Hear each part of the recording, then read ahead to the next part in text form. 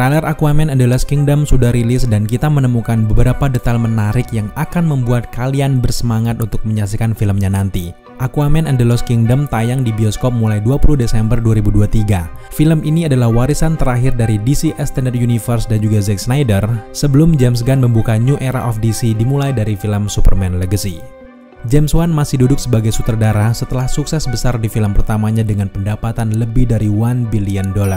Buck ingin mengulangi kesuksesan di film pertama. Dari segi kualitas bisa dibilang lebih baik daripada film pertama, namun momen perilisannya yang membuat kita sangat khawatir. Setelah hebohnya masalah Zack Snyder dan juga Warner Bros, project DC mulai saat itu menjadi overhead padahal sudah memberikan performa yang terbaik. Jadi sekarang adalah kesempatan yang paling tepat buat kalian untuk memperjuangkan film ini agar tidak flop dan menahan badai-badai kebencian di luaran sana. Aquaman and the Lost Kingdom tadinya akan terhubung dengan member Justice League lainnya. Namun setelah keputusan reboot, James Wan lebih memilih membuat film Aquaman and the Lost Kingdom ini berdiri sendiri dengan fokus ke petualangan Aquaman dan juga Om saja. Rencana awal mereka ingin menghadirkan Batman versi Ben Affleck, bahkan sudah melakukan proses syuting, namun kabarnya di-cancel. Semua adegan dari Ben Affleck akhirnya dihapus. Karakter merah yang diperankan oleh Amber Heard pun tidak banyak ditonjolkan, dan kisah Aquaman 2 ini akan fokus ke pertarungan antara Aquaman melawan Black Manta. Jadi yang ingin kita sampaikan adalah sutradara James Wan dan juga tim sudah berusaha menghargai pendapat penggemar dan memberikan yang terbaik untuk film Aquaman and the Lost Kingdom. So sekarang mari kita langsung saja masuk ke trailer perdana dari Aquaman and the Lost Kingdom. Trailer Aquaman yang kedua ini dibuka dengan logo Warner Bros dan juga DC di antara bongkahan es. Apakah logo ini mengartikan kalau DC kedepannya akan membeku? Bukan. Tema es ini tentu saja mewakili seluruh film, di mana film Aquaman kedua akan lebih banyak mengeksplor alam bawah laut, dan pecahan es ini tentu saja mewakili kehancuran Atlantis yang dipimpin oleh Arthur Curry nantinya. Oh ya, film Aquaman and the Lost Kingdom ini mengambil latar 4 tahun setelah kejadian di film yang pertama. Sekarang mari kita beralih ke scene selanjutnya. Di sini memperlihatkan adegan di film pertama saat Arthur bertemu kembali dengan ibunya Atlanna. Sambil melihat adegan ini, sembari kita mendengar dialog yang berbunyi, 4 tahun lalu aku adalah seorang pengangguran, tapi sekarang aku adalah seorang suami dan juga ayah. Nah, di scene selanjutnya kita lalu diperlihatkan kondisi rumah ayah Arthur yang jauh lebih indah karena di halamannya kita melihat keluarga yang sangat lengkap. Di film ini Arthur sudah menikah dengan Mera dan memiliki seorang bayi laki-laki. Yap, dia adalah Aqua Baby yang sudah sering muncul di dalam komiknya. Aqua Baby ini bernama Arthur Curry Jr. dan dia memiliki kemampuan yang sangat unik. Dia bisa memadarkan air menjadi senjata dan mampu menciptakan bentuk hewan lautnya sendiri. Aqua Baby bisa bermutasi dan memperbesar ikan dan sejenisnya menjadi ukuran raksasa. Di dalam cerita komiknya, bahkan Aqua Baby ini pernah menyelamatkan Ocean Master. Namun kalau kita balik lagi ke dalam komiknya, Aqua Baby ini akhirnya terbunuh oleh Black Manta setelah diculik dari Aquaman. Saat Aqua Baby ini sibuk melawan Aqualand, tidak ia sangka ternyata Aqua Baby justru sudah meninggal karena dicekik dan diberi udara oleh Black Manta. Aquaman tentu saja marah besar dengan Black Manta, tapi belum bisa menemukan Black Manta sejak saat itu. Setelah kematian dari Aqua Baby, Arthur Curry dan juga Mera akhirnya memiliki anak lagi. Kalau sebelumnya anak laki-laki, kali ini mereka justru memiliki anak perempuan yang diberi nama Princess Marina. Pertanyaan kita sekarang, apakah Aqua Baby juga akan meninggal di versi filmnya ini? Jujur saja kita sangat ragu karena ceritanya akan terlalu dark kalau dibuat seperti itu. Ya, meskipun kita sangat suka sebenarnya kalau memang dibuat seperti itu karena ini akan membangun kebencian yang sangat mendalam untuk Black Manta, bahkan sakit hatinya ini bisa sampai ke penonton tentunya. Tapi memang kita sangat ragu jika ceritanya akan seperti itu. Kita lebih yakin kalau yang meninggal di film ini adalah ayah dari Arthur Curry dibandingkan Aqua Baby. Dari segi penampilan, Aqua Baby ini cukup komik akurat, khas dengan wajah cabi dan juga rambut berwarna kuningnya. Dengan diperlihatkannya keharmonisan antara Arthur, Mera, dan kedua orang tuanya, ini tentu saja menandakan bahwa di akhir film akan ada kisah sedih yang membuat film ini memiliki rasa. Beralih ke scene selanjutnya, di sini kita diperlihatkan hubungan baik antara ayah dan juga anak antara Arthur dan juga ayahnya. Di film kedua ini mereka tampak jauh lebih dekat karena Arthur lebih sering mengunjungi ayahnya. Namun Arthur tentu saja menetap di Atlantis dan tidak di rumah ayahnya. Karena memang saat ini ia sudah menjadi King of Atlantis dan momen ini adalah momen mudiknya Aquaman yang dilakukan di hari-hari tertentu saja. Dari keharmonisan inilah kita juga curiga kalau ayah Arthur akan meninggal setelah Black Manta mengetahui siapa ayah Arthur di daratan. Black Manta kemudian membunuh serta membakar rumah dari ayahnya ini yang membuat Aquaman sangat marah besar. Kalau memang benar ayah Aquaman meninggal di filmnya nanti, maka Aquaman akan melengkapi tren nasib buruk member Justice League. Kenapa kita bilang seperti itu? Karena semua member dari Justice League ditinggal kematian dari orang tuanya. Batman jelas kehilangan kedua orang tuanya ketika mereka dirampok di Crime Alley. Kemudian orang tua Superman tewas dalam kehancuran Krypton, bahkan ayah angkatnya dibunuh oleh tornado. Nasib buruk juga menimpa Wonder Woman yang kehilangan Zeus saat dia mengorbankan dirinya untuk menciptakan Themyscira. Ibu dari The Flash juga dibunuh saat ia kecil. Untuk Cyborg juga sama, dia ini kehilangan ibunya karena kecelakaan dan ayahnya juga mengorbankan diri di film Justice League versi Zack Snyder. Jadi sekarang kesimpulannya adalah untuk menjadi superhero dan kebangkitan kekuatan akan selalu ada rasa sakit dan pengorbanan yang membawa mereka seperti sekarang ini. Caileh. Beralih ke scene selanjutnya, di sini kita langsung diperlihatkan momen Black Manta sedang menyerang Atlantis. Terdengar juga suara sirine yang menandakan bahwa ini adalah detik-detik serangan pertama dari kapal milik Black Manta. Jelas di sini Black Manta menemukan Atlantis dan melanggar protokol lalu lintas di alam sana. Saat ini tentu Black Manta punya teknologi yang jauh lebih maju daripada film pertamanya. Kita sangat curiga ada sosok yang membantu Black Manta untuk mendapatkan kekuatan dan juga teknologi yang mampu menyaingi Atlantis. Di scene selanjutnya kita diperlihatkan Arthur yang baru bangun dari tidurnya, kemudian bergegas mengambil suitnya yang dijemur sembarangan saja di antara pakaian ayahnya. Adegan ini memiliki kesamaan dengan adegan Clark Kent yang mencuri jemuran warga di film Man of Steel. Kemiripan ini tampaknya memang disengaja karena film Man of Steel adalah film pertama yang mengawali DC Extended Universe. Dan kini Aquaman yang kedua adalah proyek terakhir yang masih berhubungan dengan DC Extended Universe. Jadi maksud dari jemuran ini adalah pertama dan terakhir. Udah kayak quote bocil yang lagi kasmaran ya guys. Tapi jujur untuk scene jemuran ini gue suka banget karena cuma Aquaman yang tidak terlalu mendewakan identitasnya. Padahal dari semua member Justice League hanya dialah yang paling kaya raya. Dia punya kerajaan, tanahnya di dalam laut nauzubillah luasnya, silakan kalian hitung per meternya berapa. Kemudian juga Aquaman punya kekuatan, tapi memang beliau tidak menganggap itu semua menjadi hal yang bisa disombongkan. Dari adegan ini juga menandakan bahwa ada sesuatu yang terjadi di Atlantis yang membuat Arthur harus memakai suitnya lagi. Masalah yang ia anggap remeh ini bisa saja menjadi awal ancapan Black Manta yang tanpa ia sadari mampu menghancurkan Atlantis. Sekarang mari kita beralih ke scene selanjutnya. Di sini kita diperlihatkan lebih luas suasana kerajaan Atlantis yang memiliki penduduk hingga 500 miliar itu. Kalau kita lihat suasananya jauh lebih megah dibandingkan di film pertamanya. Terlihat juga makhluk laut saat ini jauh lebih damai di bawah kepemimpinan dari Arthur Curry. Kita juga diperlihatkan berbagai budaya dari rakyat Atlantis. Yang tadinya Arthur menolak dan berat sekali memimpin Atlantis, namun kini bisa kita lihat ia beradaptasi dan membuat rakyatnya damai sejahtera. Ya, meskipun damainya setidaknya sebelum pausnya Black Manta menyerang sih. Sekarang mari kita beralih ke scene selanjutnya. Di sini kita kembali dibawa ke Atlantis Coliseum, di mana ini adalah sebuah stadion tempat para calon raja bertarung untuk memperebutkan kekuasaan. Seperti yang kita lihat di film pertama, Orm menang melawan Aquaman. Nah, untuk di film kedua masih sangat misterius siapa lawan dari Aquaman di Atlantis Coliseum ini guys.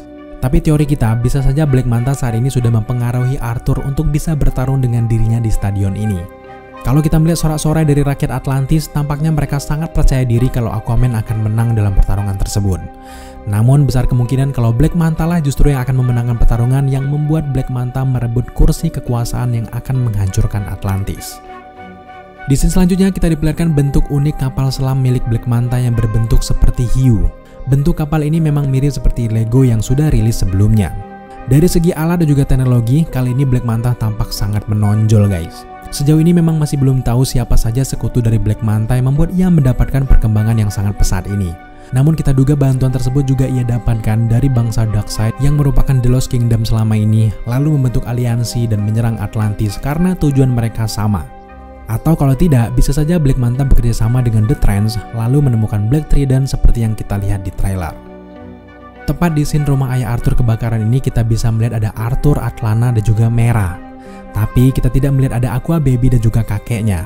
Kita menduga Aqua Baby ditinggalkan di Atlantis, namun untuk nasib ayahnya sekali lagi yang masih membuat kita antisipasi adalah jangan-jangan ia tidak selamat. Di scene selanjutnya kita melihat Black Manta dengan full power menyerang Atlantis. Tidak seperti suitnya di film pertama yang besar dan juga kokoh, di film kedua ini terlihat lebih simpel dan juga sederhana. Bahkan suitnya ini lebih lentur mengikuti bentuk tubuh dan mirip seperti suit dari Aquaman. Tentu saja hal ini mengartikan kalau Black Manta tidak semata-mata mengandalkan suitnya untuk berlindung seperti di film pertamanya. Tapi dia juga sudah punya kekuatan lain yang membuat Black Manta punya aspek kuat untuk mengalahkan Aquaman. Di scene ini kita juga melihat Black Manta sedang duduk di kursi kekuasaannya. Tepat di bagian belakangnya ada anak buah berseragam yang tampaknya mereka masih bangsa manusia karena helm yang mereka gunakan ini sempat dilepas di scene-scene akhir dan mereka bisa bernapas di daratan. Tapi tentu saja Black Manta juga memiliki pasukan dari bangsa lautan. Pasukan Black Manta ini tentu saja memiliki hubungan dengan Black Trident yang ia pegang itu guys. Jujur gue suka banget dengan warna hijau yang menyinari Trisula ini dan kekuatan Black Trident ini juga memberikan Black Manta lebih kuat dan juga percaya diri. Sejauh ini masih disembunyikan siapa pemilik Black Trident ini guys. Namun dari beberapa dialog di trailer, Black Trident ini adalah milik salah satu pemimpin kerajaan yang lawan King Atlan di masa lampau. Di masa lalu ternyata ada 7 kerajaan yang bertarung satu sama lainnya. Jadi bangsa inilah yang menjadi sekutu dari Black Manta ke depannya. Namun kalau kita mau kembali ke beberapa sesi wawancara sutradara James Wan, ia sempat mengatakan begini. Dalam pencarian Black Manta untuk mencoba dan memperbaiki power suit yang ia miliki di film pertama yang sudah rusak dan juga hancur, dia menemukan sesuatu yang jauh lebih besar. Sesuatu itu adalah Trisula hitam atau Black Trident yang misterius. Dan tentu kita dapat melihat bahwa Black Manta dipenuhi dengan sihirnya dan memberikan mata hijau yang berbinar dari bola matanya. Dia hanyalah seorang pria biasa di film pertama, tapi sekarang dia memiliki kekuatan super yang memungkinkannya untuk bertarung satu lawan satu dengan Aquaman. Begitulah keterangan dari James Wan. Pemilik dari Black Trident ini memang masih sangat misterius. Tapi kalau kita mau mengacu ke dalam komiknya, King Triton pernah punya Trisula sendiri yang warnanya juga agak gelap mirip seperti yang ada di film ini guys. Nah mungkin saja di masa lalu, King Atlan ini pernah bertarung dengan pasukan Poseidon, ayah dari Triton. Lalu kemudian Black Trident itu akhirnya jatuh ke tangan Black Manta. Tapi kalau kita mengingat The Trance juga adalah perwakilan dari sisi gelap di Aquaman yang pertama, bahkan juga sempat akan dibuatkan film solonya sendiri namun sayangnya harus di-cancel, kita sangat yakin ada sesuatu yang disembunyikan oleh bangsa The Trance. Karena filmnya gagal dibuat, maka James Wan memiliki kesempatan yang sangat luas untuk mengeksplorasi bangsa dari The Trance ini di film Aquaman yang kedua. Nah salah satunya, mereka memiliki Black Trident dan juga pemimpinnya sendiri. Sudah sangat jelas The Trance ini punya dendam yang sangat kuat ke Atlantis yang sudah mengasingkan mereka. Maka di film Aquaman yang kedua ini, misi The Trance juga Black Manta tentu saja sama. Di dalam trailer juga kita bisa melihat beberapa pasukan yang mirip seperti The Trance, namun bedanya di sini The Trance tidak lagi mengamuk seperti makhluk liar. Ia sudah dikendalikan oleh kekuatan Black Trident yang kehijauan. Jadi siapapun yang memegang Black Trident, maka dia bisa mengendalikan The Trance. Sama fungsinya seperti Trisula Aquaman yang bisa mengendalikan pikiran dari makhluk air. Nah kali ini, Black Manta akan mengerahkan The Trance yang tidak terhitung jumlahnya untuk memporak-porandakan Atlantis. Beralih ke scene selanjutnya, di sini kita dibawa kembali ke padang pasir tempat para pembelot diasingkan. Dari lokasinya, bisa saja ini adalah Kingdom of Deserters di film Aquaman yang pertama. Karena kekuatan Om terlalu besar jika di dalam air, maka masuk akal jika mereka mempenjarakan Om di padang pasir yang minim sekali dengan air. Namun tujuan utama dari Aquaman mencari saudaranya itu, tentu saja di momen ini Black Manta sudah menjadi ancaman besar bagi Atlantis. Sehingga sesuai dengan arahan ibunya Atlana, Black Manta kemudian harus segera diberhentikan. Usul yang paling tepat tentu saja membawa Ocean Master kembali. Karena Orm ini sudah lama berkuasa di Atlantis, juga dia kenal dengan Black Manta. Maka Ocean Master adalah pilihan yang tepat untuk mengalahkan Black Manta. Salah satu detail yang menarik di momen ini adalah Arthur memiliki suit baru guys. Berwarna gelap dengan lekukan yang solid, suit ini juga bisa membuat penggunanya tidak terlihat. Suit ini tampaknya adalah bagian dari suit Raja Atlantis yang teknologinya juga dikembangkan oleh para ilmuwan Atlantis. Perlu kalian ingat, teknologi Atlantis akan selalu lebih maju daripada teknologi orang daratan. Tapi kalau kita melihat Arthur menggunakan suit yang bisa menghilang ini, maka ada bangsa yang ia hadapi dan ia juga tidak mau ketahuan dalam melepaskan Om dari penjaranya. Di beberapa scene kita juga melihat Aquaman sedang menghadapi penjaga penjara dari Ocean Master. Mereka ini adalah bangsa Deserters yang sudah lama tinggal di gurun pasir. Perlu kalian ketahui, Deserters ini pernah menjadi salah satu dari 7 kerajaan sebelum lautan tempat tinggal mereka mengering dan menjadi gurun pasir terbesar di dunia. Jadi jelas meskipun spesies ini secara teknis tidak lagi berada di bawah air, tapi hubungan mereka dengan bangsa lautan dan juga Atlantis memang masih kuat. Ocean Master yang diasingkan diserahkan ke kaum Deserters, lalu Aquaman akan membebaskan saudaranya itu dengan menyamar. Ia tidak mengenakan suit rajanya karena tidak mau kaum Deserters tahu kalau itu adalah King of Atlantis. Tapi yang gue suka dari scene-scene akhir ini adalah Ocean Master jauh lebih bersahabat dan lebih menikmati daratan. Selain Black Manta, perubahan Ocean Master juga punya karisma tersendiri. Nggak cuma ngurusin Valak, kini Ocean Master akan melawan Black Manta. Di beberapa scene kita melihat Aquaman diborgol dan dijaga oleh pasukan hiu yang merupakan anak buah dari Black Manta. Lokasinya juga tampaknya merupakan lokasi kerajaan dari Black Manta. Semua itu terlihat dengan warna hijau yang mendominasi di bagian gedung di bagian belakang mereka. Ini tentu saja adalah scene lanjutan setelah Black Manta menyerang Ocean Master dan juga Aquaman. Menariknya, Ocean Master tidak diborgol di momen ini guys. Tapi jelas alasan itu adalah karena Om dulu sering bekerja sama dengan Black Manta. Tampaknya di momen ini, Aquaman dan juga Om akan bekerja sama untuk menipu Black Manta dan melengsarkan kerajaan barunya. Yang menarik juga adalah Black Trident yang patah di masa lalu bisa digabungkan kembali oleh Black Manta. James Wan jelas sekali memberikan kualitas yang sangat total untuk film ini guys. Harus lebih banyak orang yang lebih memperhatikan aspek kualitas secara keseluruhan dibandingkan harus ke-trigger dengan beberapa hal yang negatif yang bahkan tidak ada di dalam cerita filmnya. Menjelang ke scene akhir, kita melihat Aquaman akan berhadapan dengan monster laut lagi seperti di film pertamanya. Kali ini, monster yang jauh lebih menyeramkan akan dihadapi Aquaman. Monster-monster yang menyeramkan ini tampaknya memang datang dari bangsa The Trance karena mereka tidak terpengaruh dengan kekuatan dari Aquaman. Tapi justru mereka terpengaruh dengan Black Trident yang dimiliki oleh Black Manta. Di antara pertarungan akhir Black Manta melawan Aquaman, kita hanya diperlihatkan seperkian detik saja adegan Mera yang sedang menyerang robot milik Black Manta. Mera jelas akan ikut pertarungan akhir di Atlantis. Namun gara-gara citra Mera di dunia nyata, James Wan harus berhati-hati memunculkannya di dalam trailer. Tapi memang sayangnya Vulko tidak akan hadir di Aquaman yang kedua ini. Dari beberapa informasi yang kita dapatkan, William Dafoe sangat sibuk dengan film lain saat proses syuting dari film Aquaman yang kedua. Jadi, dia tidak bisa join. Juga salah satu berita terpenting adalah member Justice League tidak akan membantu pertarungan Aquaman di dalam laut tersebut. Karena member Justice League nggak bisa bernapas di dalam air.